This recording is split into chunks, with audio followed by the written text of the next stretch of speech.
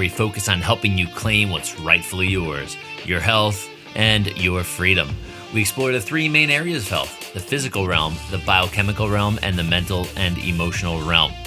We also explore all the areas of lifestyle we can find that will help you live more abundantly, regardless of where you're starting. And remember, in life, you'll either make excuses or create results. You choose. I'm your host, Dr. Josh Hant, and I'm glad to be with you here today. Make sure to head on down to the show notes and click on the link to join our tribe of human-powered life heroes, where we'll update you on new shows, events, product launches, and so much more. Now, it's time to enjoy the show.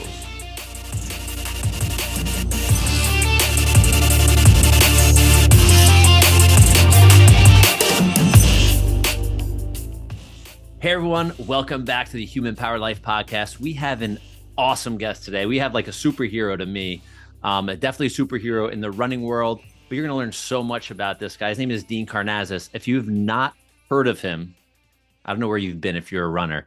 And if you're new to him, you're going to love this guy. And what I'm going to do, which I don't do on any episodes, but he typed out a bio, which, I have on a Google form for him. And I'm going to read this. And I think this is just, it'll give you an idea of who he is as a human being and more. So he's a best-selling author. He has many books, and one of Time Magazine's 100 most influential people on earth. How about that? It's pretty insane, right? He has raced and traveled to all 7 continents twice, including running across Death Valley in the middle of the summer, which is hot as hell, the hottest place on earth, and running a marathon to the South Pole, which is the coldest place on earth. Imagine you did that in, 2 days back to back, right? He serves as a U.S. athlete ambassador, has twice carried the Olympic torch, which is amazing, and is a recipient of the President's Council on Sports, Fitness, Nutrition Lifetime Achievement Award. So there's one other thing I asked Dean to fill out, and I mean, there's a bunch of different things, but this is one other one I want to do. And I said, why do you do what you do? And I absolutely love this answer. It says, I don't know. It's really hard to make a living doing this shit, but I love it. So maybe that's why. And you definitely have a passion for running. You have a passion for being very human. As I saw you, I think you're starting a new business, some tours in Greece. But Dean, welcome to the show. Thank you for that gracious introduction. I'm not worthy, I promise you. You are, and I love the humbleness of people like yourself that I get to meet, which makes you more real and very, very powerful. So I guess where we could start is people have heard about the Badwater Marathon. People have heard about these crazy races that you've done, that I've interviewed others that have done. And it's just astonishing to me. And I think it opens up people's eyes. But I want to connect people with you as a human being, not just the runner, right? Because that's what makes you so powerful and so influential to the people you don't even know you're touching. Like, obviously, reading the book, he's got a great book, everybody. It's called The Runner's High. This is the newest one. And whether you're a runner or not, I think this book is so, so powerful. So jump into this with me a little bit, Dean, into the book, because I think this is where I want to bring people, is really to get this book and experience you as a human being. So what made you want to start another? I mean, you have 4 or 5 books? I forgot I had on the website there, but a bunch of books. Yeah, well, I mean, I think running and writing are similar. It's 1% inspiration, 99% perspiration. So I think that every runner can relate to how tough it is to complete a 100-mile race, and every author can relate to how tough it is to write a book. But I enjoy it, and I'm a natural storyteller. I'm 100% Greek. Started with Homer, I guess, in the Odyssey. But people are surprised when they read my books that I guess they don't suck. No, they don't. They a lot of, and I don't use a ghostwriter either. I write all my books myself, and I put a lot of effort into it so that it flows. It's a propulsive. It's a good narrative that keeps you kind of engaged, and I think that it leaves you satisfied. I think if you're a runner, not a runner, when you get to the end, you kind of feel like you got a little high, like a runner's high, and good writing can do that, and a good run can do that. So let's dive into the book a little bit deeper, just to give a little context, everybody. Dean has been doing this for a long time. He's like the OG, right? The original gangster of ultramarathon running. And if you read Ultramarathon Man, you know this guy would run. I think it was like something like 200 miles, ordering pizza to show up at his position on the street or eating a cheesecake. So he's done some really cool, crazy things. But there is this one race which now has become like the mecca of ultramarathoning around the world that I believe is the Western states. And the book dives into this journey as, you did this more than a decade ago, where I don't forget what you said, but there's not many people. This is like a small event. And now it's, I mean, the waiting list to get in, even for someone like yourself, where, if I mention your name to a runner, they go, holy cow, that guy's crazy. So bring us into the journey, because I want people to get the book, but bring us to the journey of like, what was the desire after 50? Like, I want to do this crazy race one more time. Yeah, well, I mean, I first my first ultramarathon was in 1993, and when were you born? I was born in 1979. So a couple years after you were born, I ran an ultramarathon, and the first time I heard about someone running a 100-mile foot race, I thought that's impossible. Like, there's got to be trickery involved. Like, a human being cannot run 100 continuous miles, let alone through the mountains. I thought there were campgrounds or hotels you stayed Yeah. at. And when this guy said, no, the gun goes off and you start running and you try to finish within 24 hours. And I said, where do you sleep? And he looks at me like, you sleep. So I thought that is the most outrageous, impossible thing I've ever heard of. I got to try it. So I went and did this race called the Western States 100-mile endurance run, which originally was a horse race. And some crazy guy whose horse went lame is the legend. He just decided he was going to run the race without a horse, and he somehow finished. So there's a lot of lore around the race. The first year I did it, I think it was like 50-50 odds of getting in on the lottery, because they limit the number of people that can run the race. And now it's tougher to get into Western states than to get into Harvard. It's crazy the number of people that want to run that race. Yeah. And I bet the percentage of people that finish that race are not super high either, I'd imagine. Well, it's changed. Okay. When I first started, it was fewer people, fewer percentage finished. But I think now it's not even necessarily the runners are better equipped, but because it's so hard to get into Western states, and you might not ever get in again. You're going to really take it seriously. You're going to Okay. Fair enough. and it's going to take an act of Congress to get you to drop out, because you work so hard to get in. Unless unless you're going to end up in the hospital, you're going to Yeah. try to keep going. So yeah, and it's changed a lot. I mean, the race when I first did it, I spent a lot of time out there running by myself. I didn't have a pacer. I didn't even know what I was doing. Just in the middle of the night, my batteries were running on my flashlight and this and that. Nowadays, you're running with other people. It's much more of a community event now, Yeah. much bigger in scale. Yeah. And don't quote me on this, but I believe the first guy that finished with the lame horse, I believe he was a chiropractor. He was He Gordy. was, right? Yeah. Yep. Yeah. So I thought that was funny. Like, I wonder if I can get into this race. But you said like getting into Harvard is easier than getting into this race. I've never applied for it. I may one of these years. Um, but I'd like to ask you this. You've done countless thousands and tens of maybe tens of thousands, not more miles on your feet, right? You're still standing. You're probably even standing right now as we're talking, right? You can Right. tell. Yeah, yeah. So what are some of like the biggest, most impactful lessons you've learned, whether it's with family, with anything? It doesn't make a difference through running, because I think this is running has become such a crazy gift for me since 2017. I never thought I would run more than a marathon, and I've run a lot more.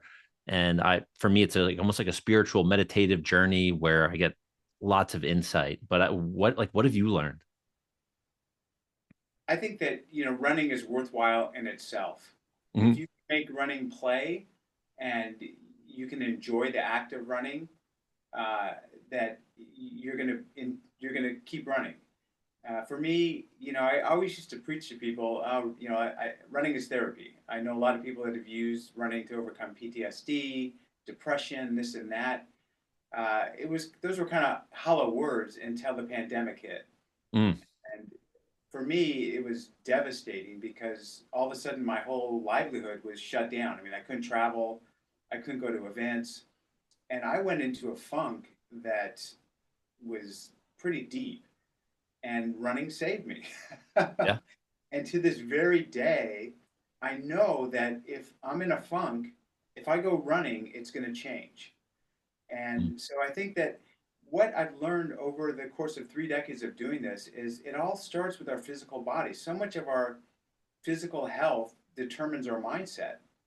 So prioritize physical health over anything else. And if you don't have your physical health, uh, then nothing else really matters.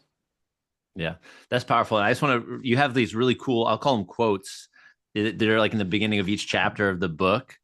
And I get a question, like you said, like people like, or like you asked, like, where do you sleep during a 100-mile run? Like, what happens? And I get these questions from my patients in practice all the time when they like, wait, you run these crazy things? I've heard about that. But one of these quotes that you put, it's just chapter one. The chapter is called Endurance Never Sleeps, but I love it. It says running an ultra is very simple, or is simple. All you need to do is not stop. And how much is that like life? And I like some of these little quotes. I was snapping pictures and sharing them on social media as I was going through this book, and people are like, "What are you reading? This is so like bizarre, but it's so true." I go, "It's a book called The Runner's High."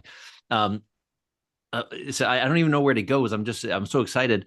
I want to bring like with the business side of your running, you're writing about it, and now we just started this, or you just started this thing called Greek running tours. Like, what was? I know you're Greek, 100% Greek. What was the drive to start that world? Well, running is a very diverse sport. If you look at me compared to like an Olympic sprinter, we're both runners, but very different, right? I mean, Mm-hmm. what I do and what they do is so entirely different. Not everyone likes to run races. I mean, you see all these medals behind me of these marathons, and, 100 milers and so forth. A lot of people just like to run to see places. And I know that when I travel, when I go to a new city, I typically explore on foot. So this kind of foot tourism demographic is Cool. growing. And I thought, I'm Greek and I love Greece, and the running in Greece and the food in Greece and everything else is just incredible. So I thought, why not bring people to Greece to explore on foot? And, if you're a runner, to try to figure out where the best places to go, to see things, to see the sights, to sample the foods, to have cultural experiences, that's not easy information to gather, let alone put together a route that links all these things. So that's what I designed. It's just these 8-day tours, and That's these are so not cool. races. I mean, these are casual, runs with a lot of breaks in between to, like look at the Acropolis. To to we run one day up into the mountains of Crete, to this village where a woman has this kitchen where she makes bread that is amazing. So we'll make bread one day. Oh, it's Uh, so cool. the hotels are luxury hotels. There's massage services at night. So the running is just an excuse to eat great food and enjoy the luxuries. That's so cool. I mean, there's so many islands, obviously in Greece. What are some of like the favorite, or is there a specific island, or are you kind of bouncing around as you do this? Yeah, no, we have three tours. One is on mainland Greece, in Athens, and goes to the place called Marathon. Is actually a place in Greece. People don't realize, but it's a little township Mm-hmm. on the coast, in Greece. So we go to Marathon. We go to a nearby island called Hydra, which is, we say here in the U.S., Hydra, which is, the island of water. And that island's incredible. There's no cars are allowed on the island, so it's all natural foot tourism. Yeah. There's no vehicles. Yeah, and then we have a tour on Crete, which is the largest island in the Mediterranean. And then we have a tour in mainland Greece that goes to also ancient Olympia. So you can run where the original Olympics were founded in 776 BC. Hey, we're giving you a short break here. where you can head down to the show notes or lifestylelocker.com and join our tribe of human-powered life heroes. You'll be the first to know about new shows, events, product launches, affiliate specials, and more. And now, back to the show. Oh, that's so cool. Way to bring culture, travel. And obviously the food outside of the US is so much better. And I've never been to Greece, but I can only imagine eating olives and homemade bread and all the things that they were doing maybe during the Olympics, right? The original would be such like I probably have to put this on my list of to-dos. And do you do all of them yourself? Are you the guide? No, I'm going to be at all the tours, but we actually have guides. They're Okay. friends of mine. They're Greeks that are a friend of mine that speak English. Okay. They're going to be the tour guides. We'll run together as a group, so we limit the group size to 24. Mhm. So it's kind of intimate, but we'll hang together as a group, so we'll get a lot of interaction with the other participants as well as the guide. Yeah. And I think that this is such a cool thing to do post being locked down. And I mean, being with community is just, it's much happier. I know that we get to do this via Zoom, but I would love to have been at your place or been out for a run and had a recorder to do this. I think we could have a lot of fun. Um, so besides the running, in your book, something that I directly connected with is your connection to family. And I think that is so powerful. Um, is this something like your connection to your parents, your kids, your wife? Was this something you were brought up with? Because this, I don't get to hear this a lot from people when they're writing in a book, talk about family. If you're a runner, it's about running, So, but this is really like a self-help book, if you will. Yeah, I mean, running is kind of polarizing in that it brings people together or it kind of tears people apart. Mhm. When you're in a relationship and one partner starts, spending 6, 7 hours a day training, that your partner's either going to love it or hate it. And thankfully, running brought my family together. And I think any good story. I mean, if you look at good storytelling, there's always a family involved. There's always family dynamics. I mean, going back to Homer, Odysseus the whole time is trying to get back to his family. So, involving my family, and thankfully my family's kind of a colorful cast of characters. I think it makes the book more than something just about running. Because how long can you talk about just running? Yeah. Well, this is true. This is true, but people do. People definitely do. No, in the book, in the runner's high, I love just as you're in this Western States run and your parents and the camper. It's just so cool. Like I wish I could have been like a fly on the wall through this journey. And to your credit, you write really, really well. Like I didn't want to put the book down. It was a book that I was able to like literally just like the Ultramarathon Man. This book was another one. I was like, it was a page turner. Because there are many books that I pick up that I don't want to pick up again. I could say that very true. So I applaud you on that. Um, is there any other like really big? I know we mentioned the life lessons already. Anything that I was looking at the book cover here. You mentioned like being polarizing. Do you feel that running has brings more people together? Because I see like running as like a community of like you can have people that are any color, any weight, any size, anything, and everybody just comes together. Is there a positive, more positive you think in running than negative with this? We talk about being polarized. Yeah, I mean, when I say polarizing, it's usually a relationship. But Okay. in general, I think I mean, I've run around the world, and I talk about some of this, the runs I've done in different parts of the world in the book. Mm-hmm. Unites people. There's so many things in this world that divide us. Be it the color of our skin, the God we worship, our socioeconomic level. Here in the U.S., our politics. But when we run, it's a commonality that we share as a species, and it unites us. So it's the one thing that really brings us together.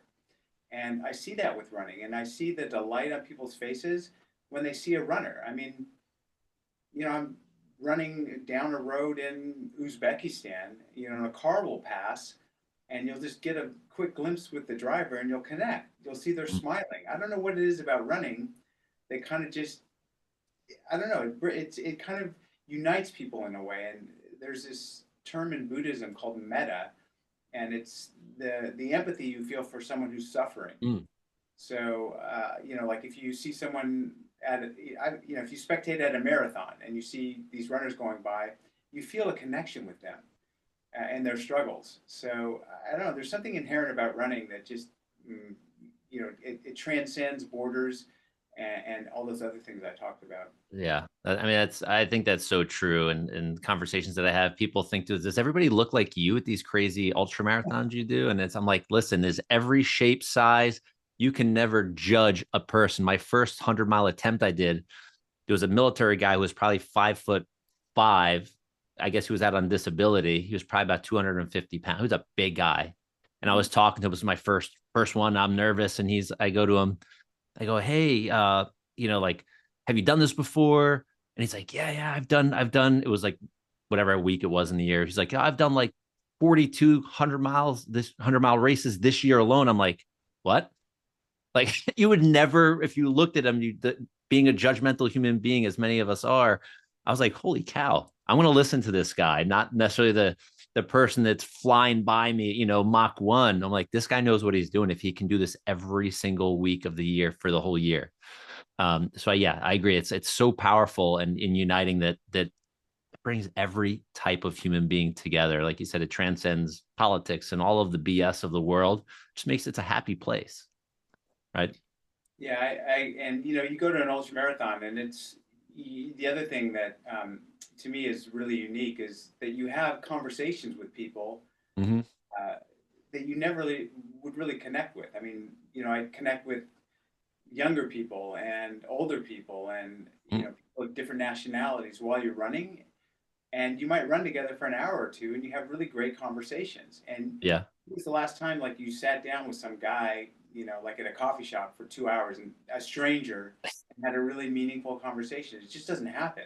No. If you're out there running and you hook up with someone like that, you form some really deep bonds. And I've seen this all. It's kind of a universal thing. Yeah. And you may experience it or have experienced it or still do. For me, there's a lot of connection and I hate to sound terrible, but in the suffering of like an endurance run. And because you're sharing, like everybody's sharing the same thing. So that connection for me, and I do rucking as well, um, with one of my friends in the military. And we did one the other day and it was pouring rain, it was wind, it was miserable. And I'm like, we gonna go out, Mike? He's like, yeah. He goes, this is just gonna build a better relationship and make us a little bit tougher. And it's true.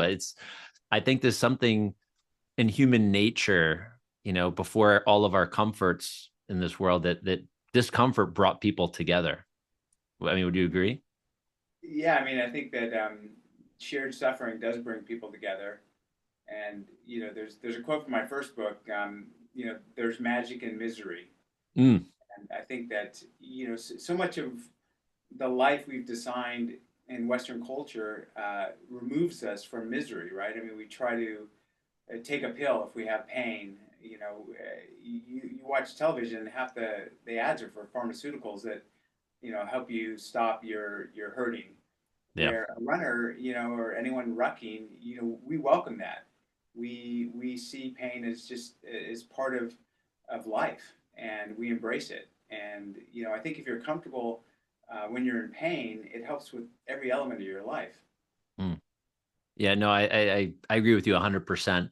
And would you also say, in your running career, um, egos can be pretty big, maybe at your level where you are, not where I am, but I'm a low level ultra marathoner. Um, do you feel at that level in ultra marathon that there are a lot of big egos, or at that level there is like an even playing field with people just good? I don't know. I think that running is a very humbling sport by nature, and I think that if you get too full of yourself, just one DNF will bring you back down to size. So Hmm. I tend to think that people that run have somewhat of a diminishment of ego. I know Okay. that when we're actually running, I've seen this over and over again. People soften their egos, I should say. When you get beat up, you're less concerned about your ego and more just focusing on mere survival, just being in the here and now and just taking the next step to the best of your ability.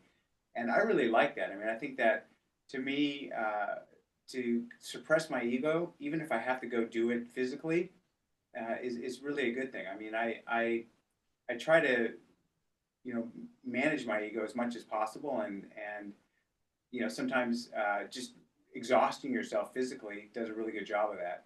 That's so cool. That's so cool. Yeah, it's such an interesting sport, and watching any kind of pro sport, it's all ego, and I think you're so right with running is probably the suffering creates humbleness, and the humbleness creates connection with more of us as just human beings. And one last thing I want to just talk about, just something with nutrition. I know I'm just making a hard turn here, and I'm not sure if this has been true in the past. One of my first events, ultra events I did, like the 100-mile events I did. Um, when I showed up to the aid station, there was, the side that was filled with Skittles, Coca-Cola, all of the junk. And then there was the side that had like broccoli, and carrots. And it was so weird. I was the one guy going, I'm like, why am I the only human being on this side that has like the vegetables and the soup and stuff? And everybody's just like gorging. Has that been forever in the ultra world that way? Aid station food, it's always been a hodgepodge for as long as I can remember. I mean the potatoes, Mhm. the boiled potatoes with the sea salt, Yeah. dip them in, the chicken broth, and then the Doritos. Yeah. Yeah. So yeah, I mean, in my first book, Ultramarathon Man, I kept a log of the food I ate during a 200-mile run, and most of it was just junk food I was getting, at 7-Eleven as I was running past. Mm. So it wasn't a lot of healthy stuff, but that's changing. I mean, I think that over the course of my career as an ultramarathoner, the veganism's become a big thing. The paleo diet. I've been kind of paleo most of my life, but that's kind of become a thing. And then there's people on keto that only want to eat you know raw coconut when they get to an aid station. So it's an interesting hodgepodge of food. Yeah. And I know this is because running is we'll call it like a fitness based event, like you talk about taking care of your body is the primary function. Do you see a trend, in the running world where you mentioned like veganism and paleo, even at races, or do I'm trying to say, how do I say this? Do the race directors, do you think it's just, we're just going to make people happy, or do we're like, hey, listen, we want these people to perform well? Yeah, that's a good question. I mean, some of the ultra marathons, they have people actually making like quesadillas and things like that, and that Yeah. to warm food on a cold night is like from heaven. So I think that race directors typically are going to cater to people's needs, Hmm. but I think that I've seen vegans grab pieces of beef jerky, something salty and chewy, and they're like, oh, I've had enough, mashed yams for for a while. I'm gonna gnaw on some jerky. Yeah. So then let's just finish up with this, Dean. Um, Out of all of your running adventures, not even races, just your running adventures, I know this. You have the Silk Road, you have all these really cool stories from around the world. What has been one of your most favorite adventures you've been on, being human powered? Yeah, I mean, well, I described this event in the book as running into the White House. Mm-hmm. So I was running across America, and I got a call from the White House saying that there was someone there that wanted to meet me, someone by the name of Michelle. And I thought it was a prank call, but as I'm running down Pennsylvania Avenue, the gate to the White House opens, and they wave me in, and I literally run into the White House and run down the hallway of the White House. I'm literally running, in my running gear, Yeah, on this red carpet, with presidential busts on either side, and there waiting for me was Michelle Obama. that's Uh, wild. yeah, it was crazy. Yeah. So that's yeah, that's and that's pretty cool that you say that. Like running into a building, if you will, like you've run across Antarctica, the hottest place and the coldest place on Earth, and Silk Road, and running to the White House. I think that's so cool because there's so much history for this country in there. And everybody, I want to make sure you head over. If you don't follow Dean on Instagram, there's so much. He's got such great content, such personal shares, which I love. He got his new Greek running tours Instagram as well. Head over to Ultramarathon Man, which is his website. And I would recommend, if you're starting somewhere, if you haven't read any of his books, that was my first. I had kind of, a thing with it. So definitely get the Ultramarathon Man first, but the Runner's High is such a fast page turner. And you can see his evolution, obviously, as a human and as a runner, going from one book, the first book, to the newest book. So Dean, I want to thank you. This has been an absolute blast. I hope at some point in my life I get to run with you somewhere around the planet, maybe in Greece, who knows? So I appreciate it. So thank you so much. Yeah, I look forward to that day. You've been great, and best wishes to you. Best wishes to the audience as well. I hope we can all share some footsteps together one day, preferably in Greece. Yeah. Yeah, in Greece, right? And marathon, it'd be so cool. So Dean, again, thank you so much. And everybody, make sure you scroll down to the show notes. We'll connect all of the dots for you, so you can connect with Dean. And he is an inspiration for me, and I'm sure he'll be an inspiration for you if you just follow along the road. Right, y'all? See you later.